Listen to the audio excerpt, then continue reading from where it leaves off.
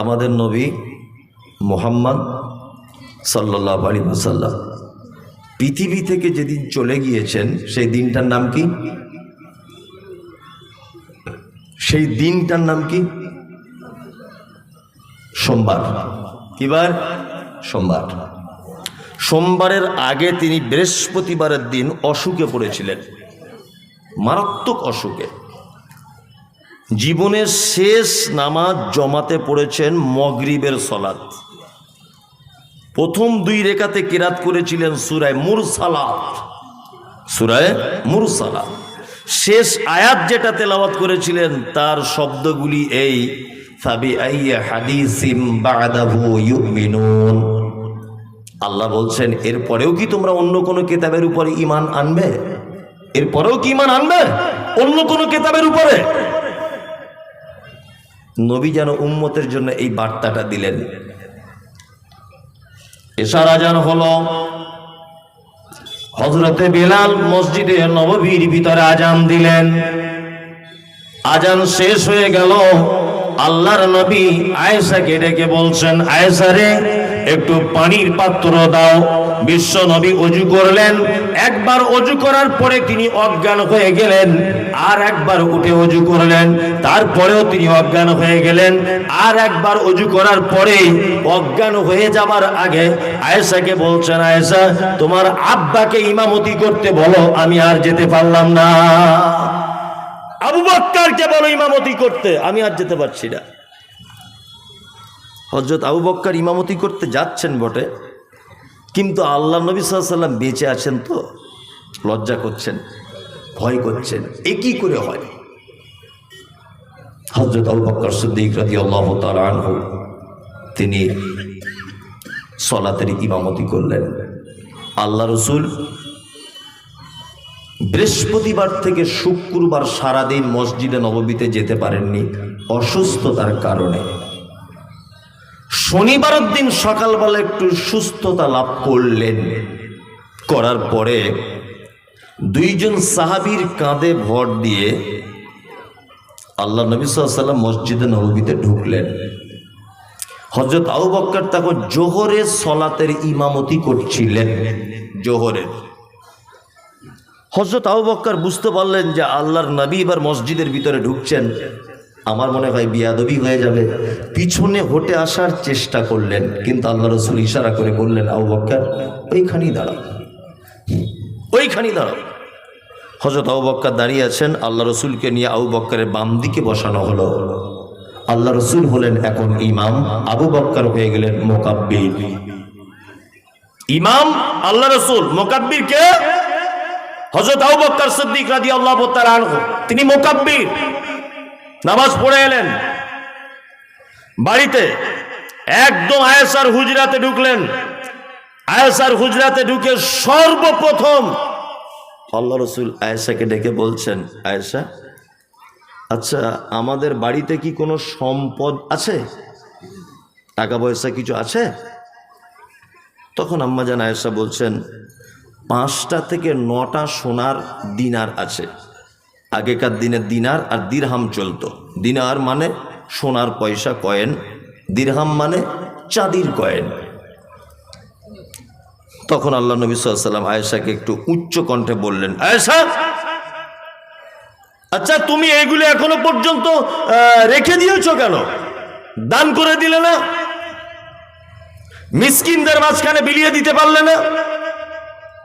তখন আম্মাজান আয়েশা বলছেন, আল্লাহ রাসূল আপনি অসুখে তো, ব্যস্ততার কারণে আমি এগুলো কাউকে দিতে পারিনি।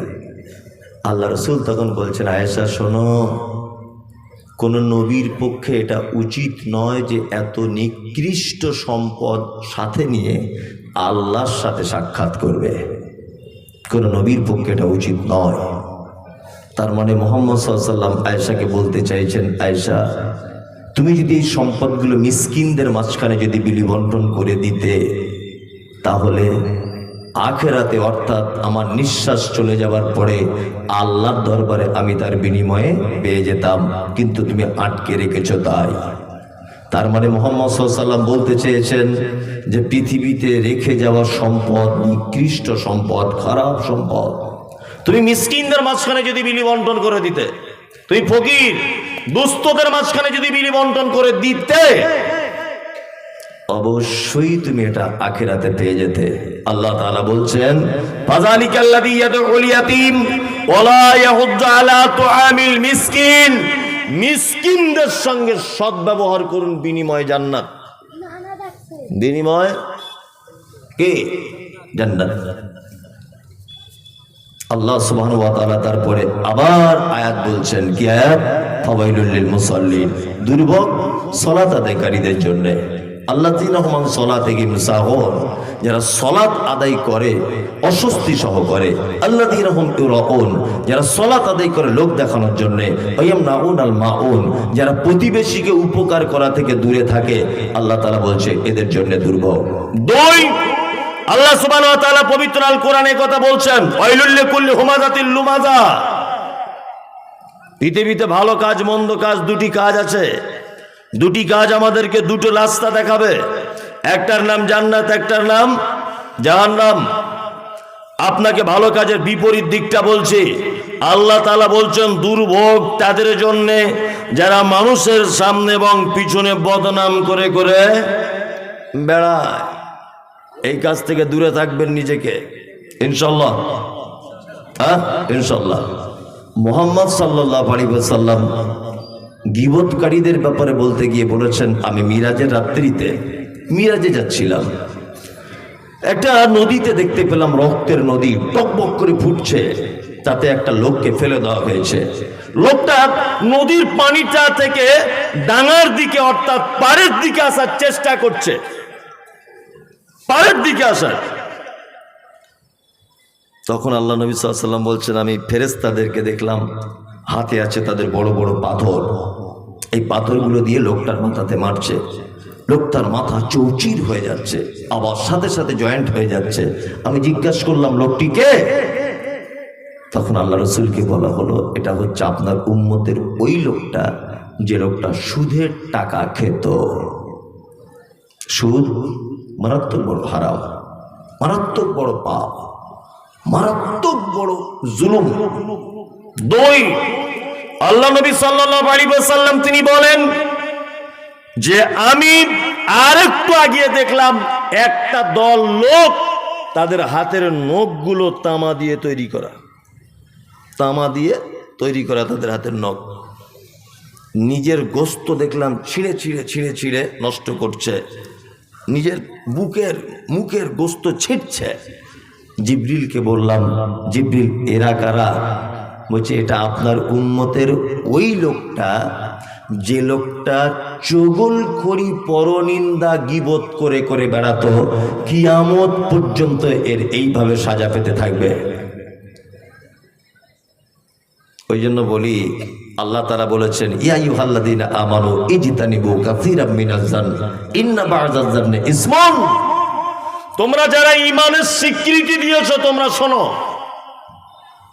তোমরা যারা ঈমানের স্বীকৃতি দিয়েছো তোমরা শোনো, ধারণা করে কথা বলিও না। আল্লাহ বলছেন, কারণ অধিক ধারণাটাই হচ্ছে পাপ, অধিক ধারণা মিথ্যা পাপ। চায়ের দোকানে বসে আছেন, বসে বসে একটা লোক মোটরসাইকেল নিয়ে যাচ্ছে, তা আপনি বলছেন দেখ আগে সাইকেল চেপে ঘুরতাম, এখন মোটরসাইকেল চেপে যাচ্ছে। আর একজন পাশের লোক তখন তাকে বলছে, আরে মোটরসাইকেল চাপবে না, ও যে কলকাতায় ঠিকাদারি করতো ওখান থেকে টাকা ঝেড়ে নিয়ে চলে এসছে। আচ্ছা ও যে ঝেড়ে নিয়ে এসছে তুমি দেখতে গিয়েছিলে? ধারণা করে বলে দিলে, তাই না? এটা একটা পাপ। আল্লাহ তাআলা বলছেন তোমরা যারা ঈমানের স্বীকৃতি দিয়েছো অধিক ধারণা করো না, কারণ ধারণা খুব বড় পাপ। নাম্বার দুই, আল্লাহ তাআলা বলছেন আল্লাযী জামা মালা ওয়া আদ্দাদা, যারা মাল জমা করে করে কি রাখে। আজকে এত, কালকে অত, পরশুদিন এত, এত যারা জমা করে করে রাখে, ইয়াসাবু আন্না মালাহু আখলাদা, এবং তারা এটা মনে মনে করে যে আমার মাল চিরস্থায়ী থাকবে। মাল চিরস্থায়ী থাকে? থাকে না। আমাদের দেশের মাটিতে প্রেমের অভাবে যেমন অনেক সংসার নষ্ট হয়েছে, একটা মেয়ে যেমন স্বামীর কাছ থেকে একটু ভালোবাসা না পাওয়ার কারণে যেমন আত্মহত্যা করেছে, সোশ্যাল মিডিয়ার মাধ্যমে দেখা যায়, ঠিক তেমন আমাদের দেশের মাটিতে এরকমও মানুষের জন্ম হয়েছিল যে নিজের স্ত্রীকে ভালোবেসে স্মৃতিসৌধ বানিয়েছিলেন, তাজমহল বানিয়েছিলেন না? বানিয়েছিলেন। শাহজাহান তাজমহল তৈরি করেছিলেন। আল্লাহু আকবার। বুঝতে পেরেছেন? ওর স্ত্রী বেঁচে আছে না? পৃথিবীতে কেউ বেঁচে থাকবে না। এই সে মুর্শিদাবাদ নবাবরা কেউ বেঁচে আছে? কেউ বেঁচে নেই। আল্লাহ তাআলা বলছেন, ইয়াসাবু আন্না মাল ওয়াখলাদা, মাল জমা করার পরে মনে মনে ভাবে যে আমার সম্পদ আমাকে বাঁচাতে পারে বা আমি সম্পদের মাধ্যমে বাঁচবো। আল্লাহ বলছেন কাল্লা, কখনোই নয়। লায়ুম বাজান্না ফিল হোতামা, অচিরেই তোমাকে হোতামা নামক জাহান্নামে নিক্ষেপ করা হবে। ওমা আদরাকা কামাল হোতামা, নবী আপনি জানেন হোতামা কাকে বলে? কি হোতামা? নারুল্লাহিল মুকাদা, আল্লাহ তাআলার প্রজ্বলিত আগুন। আল্লাতি তাত্তালিবু আলাল আফইদা, এই আগুনের তীব্রতা এত বেশি যে মানুষের অন্তঃকরণ পর্যন্ত পুড়িয়ে ছাই করে দেওয়া হবে। ইন্নাকা আলাইহিম মুসাদা, জাহান্নাম এত কঠিন হোতামা যে এর ভিতরে মানুষকে বেঁধে রাখা হবে। কি আমাদের মোমাদ্দাদা, আগুনের তৈরি করা থাম্বাতে তাদেরকে কে বেঁধে রাখা হবে। চলুন, আমি বলেছি বিপরীত দিকটা ভাবুন। এক, গীবত পরনিন্দা থেকে বাঁচুন, ইনশাল্লাহ বাঁচব। দুই, সম্পদ জমা করুন, সাথে সাথে কার্য হাসানা, অর্থাৎ উত্তম কিছু সম্পদ আল্লাহকে কর্জ দিন, বিনিময়ে আখিরাতে পেয়ে যাবেন, বেনিফিট আখিরাতে পাবেন। একটা হাদিস আপনাকে একটা চমৎকার বলি, সহিহ বুখারীতে হাদিসটা এসেছে। হাদিস বর্ণনা করছেন কে? নাম হলো তার আয়েশা, বাপের নাম কি? হযরতে আবু বকর, মায়ের নাম হলো উম্মে হানি। হাদিসের পরিভাষাতে আয়েশাকে বলা হয় মুহাদ্দিসা। শুধু এখানেই ক্ষান্ত নয়, বিশ্বনবী কোন বিবিকে আদর করে নাম ধরে ডাকতেন না, কিন্তু আয়েশাকে আদর করে ডাকতেন। তার নাম ছিল হুমাইরা। খাদিজাকেও বলা হয়েছে তাহিরা, কিন্তু তাহিরা উপাধিটা সেই কালের মক্কা মদিনার সমস্ত মানুষেরা দিয়েছে। কিন্তু আল্লাহর নবী একজন বিবিকে মাত্র আদর করে মিষ্টি করে বলে ডাকতেন, তার নাম হুমাইরা। হুমাইরা বলা হতো কেন? আয়েশা ছিল লাল রঙের পরিষ্কার, এই কারণে হুমাইরা বলা হতো। আয়েশা কে? আল্লাহর নবী বলছেন, আমার সঙ্গে আয়েশার বিবাহ হওয়ার আগে দুইবার স্বপ্নের মাধ্যমে আয়েশাকে দেখানো হয়েছে যে এটা হলো আয়েশা। আয়েশা কে? আল্লাহর নবী বলেছেন, আমি যখন অন্যান্য বিবিদের কাছে শুয়ে থাকি আমার কাছে কোরআন অবতীর্ণ হয় না, কিন্তু আবু বকরের বেটি আয়েশা এত ভাগ্যবতী নারী যে ওর বিছানায় থাকলে কোরআন অবতীর্ণ হয়। শুধু এখানেই ক্ষান্ত নয়, হাদিসের পরিভাষাতে আয়েশাকে বলা হয় মুহাদ্দিসা। যত মহিলা সাহাবিয়াতগণ হাদিস বর্ণনা করেছেন, আয়েশার থেকে হাদিস কেউ বেশি বর্ণনা করতে পারেনি। শুধু এখানেই ক্ষান্ত নয়, আয়েশা জীবনে 11,000 মেয়েকে কোরআনের শিক্ষা দিয়েছেন। এত অবদান ইসলামে তার। এই আয়েশা হাদিস বর্ণনা করছেন, সহিহ বুখারীতে একটা হাদিস আছে। এই হাদিস বর্ণনাকারিনী আয়েশা। কোন বিবি নবীজিকে করিলেন জিজ্ঞাসা, ওগো নবী তব সাথে দেখা হবে কার? নবী বলে দুনিয়াতে হাত লম্বা যার। মা আয়েশা বলে এ কথা যখন শুনিলাম কানেতে, কাঠখণ্ড লয়ে হাতে লাগিলাম মাপিতে।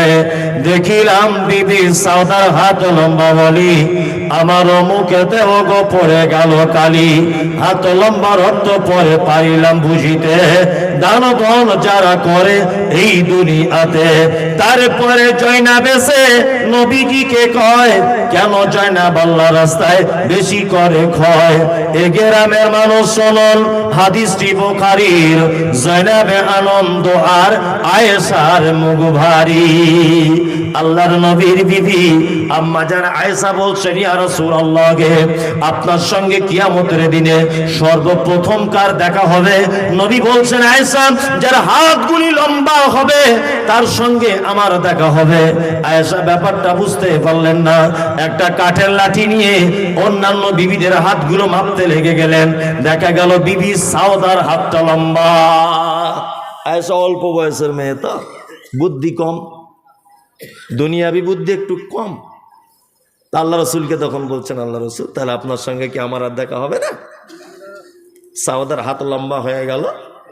তখন আল্লাহ রসুল সাল্লাল্লাহু আলাইহি ওয়াসাল্লাম বলছেন, আয়েশা, এই, আরে ওই রকম হাত লম্বা নয়, যারা দানের ব্যাপারে প্রতিযোগিতা করে, যারা সদকার ব্যাপারে প্রতিযোগিতা করে, আয়েশা শোনো, তার সঙ্গে কিয়ামতের দিনে আমার প্রথম দেখা হবে।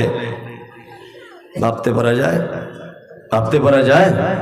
ভাবতে পারা যায় না। অবাক করা ব্যাপার। আল্লাহ তাআলা বলছেন, আল্লাযী জামআ মাল ওয়া আদ্দাদা, যারা মাল আটকে রেখেছে, মাল জমা করে করে রেখে দিয়েছে, এই জমাকারীরা একদিন এটা বলবে, ফায়াকুলা লাউলা আখখারতানি ইলা আযালিন করিব, আল্লাহ তুমি আমাদেরকে একবার ছুটি দাও, নিকট আত্মীয় পাড়া প্রতিবেশীদের কাছ থেকে ঘুরে আসি, যদি প্রয়োজন হয় কিছু নেকি তাদের কাছে গিয়ে ধার করি, বা কিছু ভালো কাজ করার কারণে পৃথিবীতে আবার গিয়ে নেকি অর্জন করে আসি। কোশ্চিন কালেও এটা সম্ভব হবে না। ইসলামে মাল জমা করার পদ্ধতি বলা আছে, তাছাড়া জাকাতের পদ্ধতি এলো কেন? মাল জমা গচ্ছিত করার হুকুম আছে, তবে জাকাত দেওয়ার পরে আপনি আপনার সম্পদ জমান, তাতে কোনো রকমের কোনো জায়গাতে বাধা কিছু নাই। ভালো কাজ আপনাকে বলে দিলাম কয়েকটি, আরো যদি ভালো কাজ বলি, মেয়েরা সব মনে হয় চলে গেছে, আছে, তাহলে ওদের ব্যাপারে দুই চারটে ভালো কাজ বলে দিই। হ্যাঁ, মায়েরা যারা বসে আছেন, আপনাদের উদ্দেশ্য বলছি, মা, আল্লাহ নবী সাল্লাল্লাহু আলাইহি ওয়াসাল্লাম বলেছেন, একজন নারী যদি চারটে কাজ যদি করে জান্নাত চলে যাবে। মাত্র চারটে। কটা? চারটা। এক, আল মারআতু ইযা সাল্লাত খামসাহা, একজন মানুষ, একজন মহিলা 5 ওয়াক্তের সালাত আদায় করবে। এক মাসে কতদিন করবে? কেউ 23 দিন করবে, কেউ 25 দিন করবে, কেউ 27 দিন করবে, বাকি দিন ছুটি। ওর কাজা টাজা কিছু করা লাগবে না। তবে সিয়াম, রমজানের রোজা হলে কাজা করা লাগবে। নাম্বার 2, অসামাত শাহরাকা, 1 মাস সিয়াম পালন করবে। ও আতাত বালাহা, স্বামীর সেবা করবে। স্বামী স্ত্রীর সম্পর্ক যাদের আছে তারাই জানেন আপনাদের মুর্শিদাবাদের মেয়েরা কেমন সেবা করছে। জি, আল্লাহ নবী আর আয়েশা সিদ্দিকা রাদিয়াল্লাহু তাআলা আনহা, কি প্রেম, কি অভিনব ভালোবাসা। আম্মা জান আয়েশা বলছেন, যে গেলাসে আমি পানি পান করিতাম, পান করা হয়ে গেলে নবীকে দিতাম। দেখিতাম আমি ওগো নিজ নয়নেতে, ওখানে মুখ লাগায়া নবী পান করিতেন। গোস্ত খেয়ে হাড্ডি গুলো ফেলিয়া দিতাম, চুষে চুষে খেত নবী চোখেতে দেখিতাম। এত প্রেম ছিল। আল্লাহু আকবার। আল্লাহ রাসূল বলছেন, আয়েশা আমাকে এত ভালোবাসতো। আম্মা জান আয়েশা বলছেন, আমি গ্লাসে পানি পান করে গ্লাসটা রেখে দিয়েছি, আড়াআড়ি করে দেখছি এভাবে আল্লাহ রাসূল কি করে। আল্লাহ রসুলকে দেখেছি যে আমি যে জায়গাটায় মুখ লাগিয়েছে, আল্লাহ রসুল ওই জায়গাটাতেই মুখ লাগিয়ে পানি পান করছেন। এত প্রেম।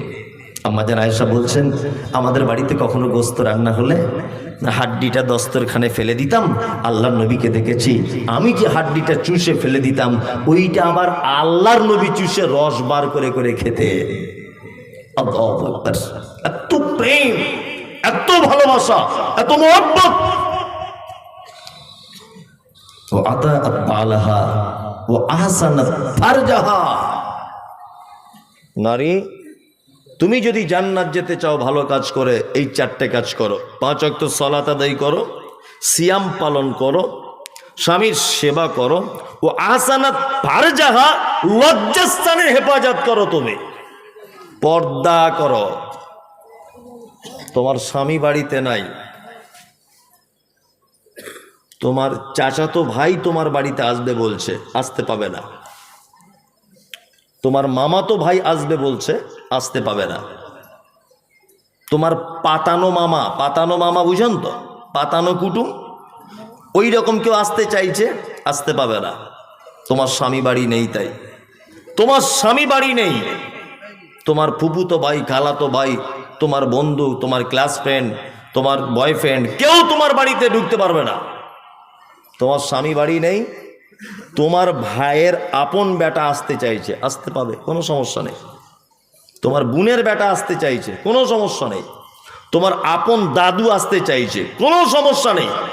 তোমার আপন চাচা আসতে চাইছে, কোনো সমস্যা নেই। তোমার আপন মামা আসতে চাইছে, কোনো সমস্যা নেই। তোমার আপন ভাই আসতে চাইছে, কোনো সমস্যা নেই।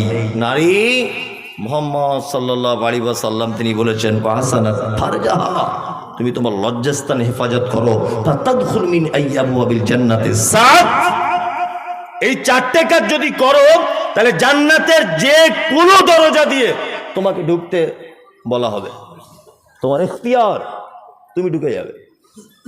পুরুষের ব্যাপারে এরকম একটা হাদিস আপনি দেখাতে পারবেন না যে আল্লাহ নবী সাল্লাল্লাহু আলাইহি ওয়াসাল্লাম কোথাও খাস করে পুরুষদের ব্যাপারে বলেছেন জি যে পুরুষ তোমরা এই এই এই এই কাজ করো, তোমরা জান্নাত চলে যাও। এই কথা মুহাম্মদ সাল্লাল্লাহু আলাইহি ওয়াসাল্লাম কোথাও খাস করে বলেননি, কিন্তু নারীদের ব্যাপারে খাস করে বলেছেন। নারীদের ব্যাপারে আল্লাহ রাসূল সাল্লাল্লাহু আলাইহি ওয়াসাল্লাম ভয়ঙ্কর আরো অনেক কথা বলেছেন, অনেক। তার ভিতরে আর একটা কথা হচ্ছে এই যে, মায়েরা মন দিয়ে শুনে নেন, আল্লাহ নবী সাল্লাল্লাহু আলাইহি ওয়াসাল্লাম বলছেন, আমি মিরাজের রাত্রিতে গেলাম, জান্নাতের ভিতরে দেখলাম সব দুর্বল মানুষেরা, সব ওই রিক্সা চালক, ফুচকাওয়ালা, ফেরিওয়ালা, জামা কাপড়ওয়ালা, গরিব মানুষ, আদাওয়ালা, রসুনওয়ালা, এই দুস্থ মানুষ দ্বারা যাদের আর্থিক অবস্থা খারাপ, মানুষ তুচ্ছ মনে করত, এই রকম শ্রেণীর মানুষকে আমি নবী মুহাম্মদ সাল্লাল্লাহু আলাইহি ওয়াসাল্লাম জান্নাতের ভিতরে দেখলাম, এই জাহান্নামে, জান্নাতের ভিতরে। আর জাহান্নামে দেখলাম কাদের? গরিব অহংকারী, ধনী অহংকারী, দুই নারী, অধিক অংশ নারী, তাদেরকে সব দেখতে পেলাম জাহান্নামের ভিতরে ঢোকানো রয়েছে। আল্লাহু আকবার। বিশ্ব নবী সাল্লাল্লাহু আলাইহি ওয়াসাল্লাম তিনি চলে এলেন, আসার পরে বক্তব্য রাখতে রাখতে বলছেন, ইয়া মাশারান নিসা তাসাদ্দাকনা, নারী, ও নারী, তোমরা আল্লাহর রাস্তাতে সাদকা করো, আল্লাহর রাস্তায় সাদকা করো। যে একজন নারী জানতে চাইছেন আল্লাহ রাসূল, কারণ কি সাদকা করার কথা বললেন, তার কারণ কি? তখন নবীজি বলছেন যে আমি ওই যে মিরাজের রাত্রিতে দেখে এলাম তোমাদের অধিকাংশ জাহান্নামের অধিবাসী, এই কারণে। তখন মহিলা বলছেন, আল্লাহ রাসূল আপনি দয়া করে কারণগুলো উল্লেখ করে দেন। তখন আল্লাহ রাসূল সাল্লাল্লাহু আলাইহি ওয়াসাল্লাম একটা কারণ বললেন, তার মধ্যে একটা কারণ হচ্ছে এই, স্বামীর প্রতি অকৃতজ্ঞ তোমরা। দেখবেন অধিকাংশ নারীর একটা চরিত্র, অল্পতে সন্তুষ্ট হয় না। আর পৃথিবীতে একটা প্রাণী আছে, একটা, যে মালিকের খায়, মালিকের বদনাম করে, তার নাম নারী। দেখবেন পৃথিবীর অন্যান্য প্রাণীদেরকে আপনি কিছু দিবেন খেতে, আপনার পিছন পিছন ঘুরবে না, কিন্তু পৃথিবীতে একটা মাত্র প্রাণী আছে যে মালিকের খায়, মালিকের বদনাম গায়, তার নাম স্ত্রী। নারী বলতে সবাই না, স্ত্রীরা। ও কখনোই দেখবেন আপনার প্রশংসা করবে না। যেখানে আর 5 জন মেয়েদেরকে পাবে, সেইখানেই দেখবেন বসে বসে বসে বসে কি আপনার গীবত পরনিন্দা করবে, অথচ আপনারই খায়, আপনারই শাড়ি পরে আছে, আপনারই দেওয়া ব্লাউজ পরে আছে, আপনারই অর্থ দিয়ে ও যানবাহন ব্যবস্থা সবকিছু আপনারই অর্থ, আপনাকে কোনোদিন সুনাম করবে না। এটা একটা চরিত্র বিশ্বনবী মুহাম্মদ সাল্লাল্লাহু আলাইহি ওয়াসাল্লাম।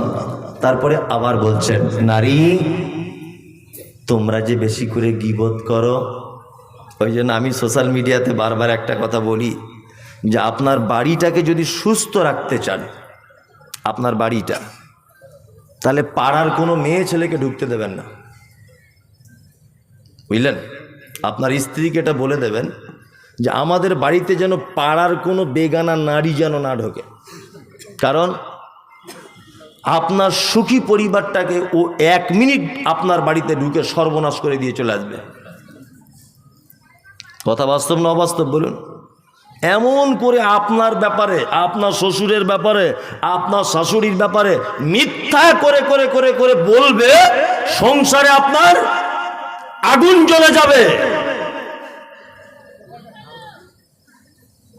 আল্লাহ রাসূল সাল্লাল্লাহু আলাইহি ওয়াসাল্লাম তারপরে বলছেন, নারী তোমাদের আরেকটা গুণ খারাপ, সেটা হচ্ছে অল্পতে সন্তুষ্ট হও না তোমরা, এই কারণে তোমার থাকার জায়গা কোথায়?